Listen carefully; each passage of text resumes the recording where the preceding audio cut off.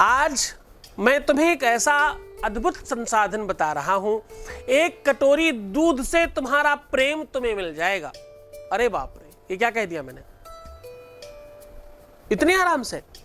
हाँ, इतने आराम से। वन सेकेंड, एक बार फिर से सुनो। एक कटोरी दूध से तुम्हारा प्रेम मिल सकता है। क्या तुम्हारे पास एक कटोरी दूध है? अगर हाँ, तो बस तुम्हारे प्यार की सारी समस्याएं समाप्त।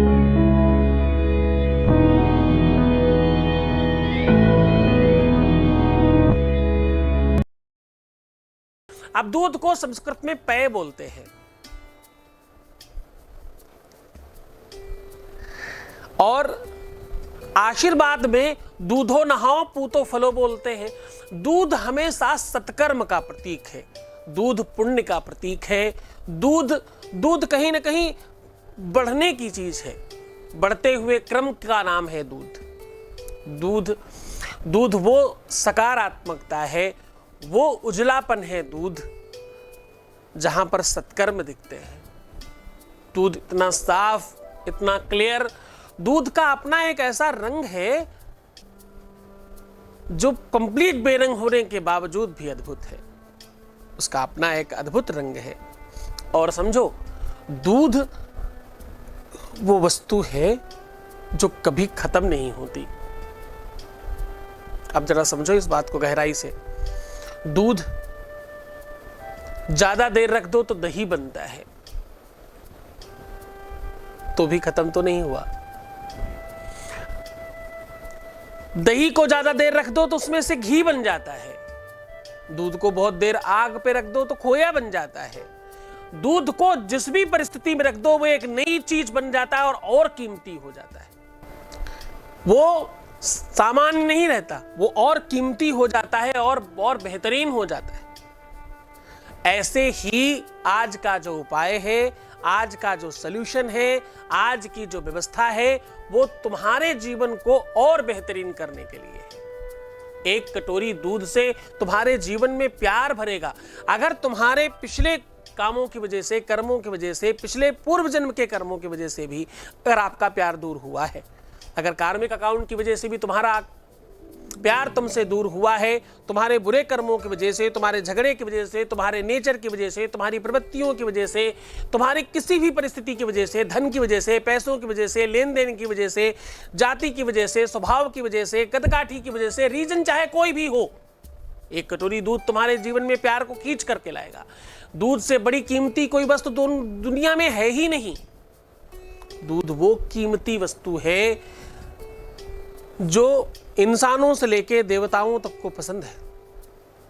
भगवान शिव को एक छोटे से पात्र में रख करके अगर दूध चढ़ा दिया जाए तो आपके घर में समृद्धि बढ़ जाती है, आपके घर की बरकत बढ़ने लगती है। उसी दूध में मिश्री डालकर अगर भगवान शिव को चढ़ाया जाए तो घर में, परिवार में मधुरता बढ़ने लगती है। उसी दूध को दही बना करके भगवान शिव के ऊपर चढ़ाया जाए तो आपके घर की अटूटता बढ़ती है और आपके घर में धन बहुत बढ़ने लगता है। अगर दूध को अपने ऊपर से उतार करके गरीबों को पिलाया जाए तो आपके घर की दरिद्रता समाप्त हो जाती है। एक चम्मच दूध अपने नहाने के पानी में डाल करके अगर निरंतर 27 दिन तक कोई नहाता है तो उसकी चर्म रोग समाप्त हो जाते हैं, शारीरिक रोग समाप्त हो जाते हैं, त्वचा से रिलेटेड किसी भी प्रकार की कोई भी तकलीफ दूर होने लगती है। ये टोटका है। एक चम्मच दूध में हल्दी डाल करके अपनी नाभि में लगाने से व्यक्ति के जीवन में प्रेम बहुत तेजी से बढ़ने लगता है और उसके अपनी लाइफ की हर समस्या, हर संघर्ष, हर तकलीफ, शारीरिक रोग हो चाहे मानसिक रोग हो चाहे सामाजिक रोग हो, वो समाप्त हो जाता है। दूध में बहुत ताकत है। दूध को किसी भी प्रकार से प्रयोग किया जाए वो काम करता है।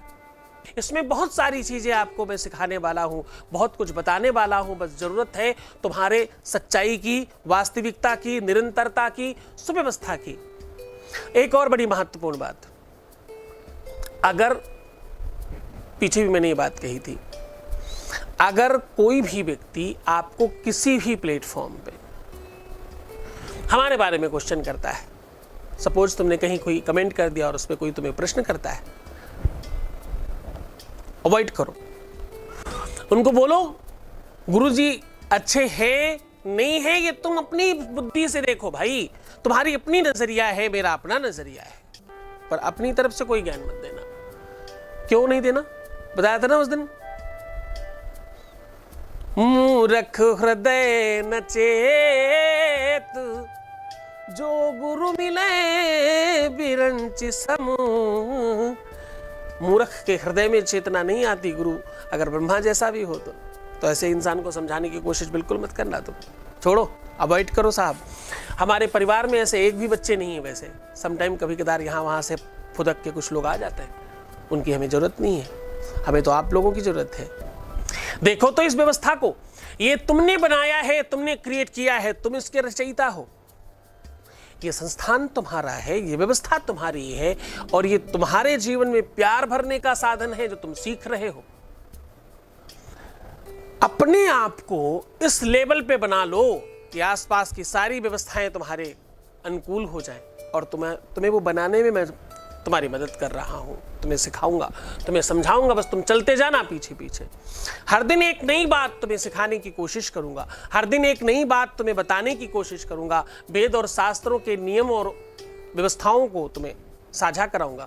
अब अगर आज तुम दूध का उपाय करना चाहते हो तो एक बात ध्यान रखना, अपने से बड़ों का सम्मान करना, बड़ों की बातें मानना और बड़ों के हिसाब से चलना, ये आवश्यक होगा। इस उपाय में आवश्यक होगा कि तुम्हारे जीवन में आशीर्वाद फलीभूत हो, लोगों से आशीर्वाद लीजिए, मीठा बोलने की कोशिश करिए, कटुता अपने जीवन से पूरी तरह से निकाल दीजिए, टेढ़ा बोलना, तीखा बोलना, चिढ़ के बोलना, एटीट्यूड दिखाना, स्टाइल दिखाना टोटल बंद कर दीजिए, जरूरत ही नहीं है। हम सब मिट्टी के लोग हैं साहब, पता नहीं कब मिट्टी में मिल जाए, क्या ही घमंड है। हाँ, कोई अभिमान नहीं करना, जितना हो सके सहज रहने की कोशिश करना। सीधा उपाय को और लेकर के चलते हैं कि भैया ये उपाय कैसे कर सकते हैं। एक छोटी सी कटोरी में दूध चाहिए, कटोरी किसी भी चीज की हो सकती है, कांच को छोड़ करके किसी भी धातु की, स्टील हो, कांसा हो, कसकुट हो, पीतल हो, तांबा हो, कोई भी हो। वैसे तांबे में दूध नहीं रखते, तांबे के नहीं रखेंगे तो अच्छा रहेगा। किसी भी कटोरी में दूध रखें और इसमें एक बड़ा टुकड़ा फटकरी का डाल दें, और फटकरी का वो टुकड़ा डालने के पहले अपने ऊपर से 7 बार उतारें और उसको खूब घूर करके देख करके ये बोले कि मेरे ऊपर से जो भी समस्या है, जो भी मुसीबत है, जो भी संकट है, जिस भी वजह से मेरा प्यार नहीं मिल रहा उसे दूर कर देना। ध्यान रखना, ओम नमः शिवाय। पूरे क्रोध में उस दूध की कटोरी में उसे डुबा देना और रात भर उसे डूबे रहने देना। अब होगा यूं कि जब सुबह आप स्नान करने जाओगे तो सबसे पहले उस दूध से स्नान करना, फिर बाकी पानी से, और उस फटकरी को रख लेना। रोज अपनी बाल्टी में उसको डाल दिया करो और स्नान करने के बाद उस डीले को, उस टुकड़े को उठाकर अलग रख दिया करो। बस इतना सा काम करना है, न कोई मंत्र है, न कोई तंत्र है, न कोई ऐसा विधान है। बस इतने से छोटे से काम करने के बाद आप देखना, पहले क्षण से, पहले मिनट से, पहले सेकंड से जैसे तुम ये बात करके बोलोगे ना, उसी समय लगेगा तुम्हारे शरीर से कुछ निकला और कुछ हल्कापन लगा। करके देखो, पहले समय से, पहले क्षण से फर्क नहीं पड़े तो बताना मुझे। अब एक और बड़ी महत्वपूर्ण बात ज्वाइन कर रहा हूं, फिर चलूंगा। अगर तुम्हें बेनिफिट के बजाय कुछ नुकसान होने लगे शुरुआत में, तो भी खुश हो जाना। किसी बुरी शक्ति को तुमने आगाज कर दिया है, उसका दरवाजा खटखटा दिया है तुमने, अब बस उसके हारने की बारी है। तुम पहुंच तो सही जगह गए हो, तुमने बेल सही दरवाजे पर बजाई है, इसका मतलब है कोई बहुत बुरी चीज है जो तुम्हारे साथ है, उसको खत्म करेंगे हम लोग, पूरी तरह से उसे नष्ट कर लेंगे, उसकी चिंता मत करना। आप यकीन मानो, हर एक व्यवस्था को पूरी तरह से ठीक करने का संसाधन क्रिएट किया जा रहा है। तुम रोज अगर सिर्फ दर्शन भी कर रहे हो ना, अब देखो थोड़ी बड़ी बात है लेकिन बोलना तो पड़ेगा, अगर तुम रोज दर्शन भी कर रहे हो, गुरु दर्शन से बड़ा कुछ नहीं है।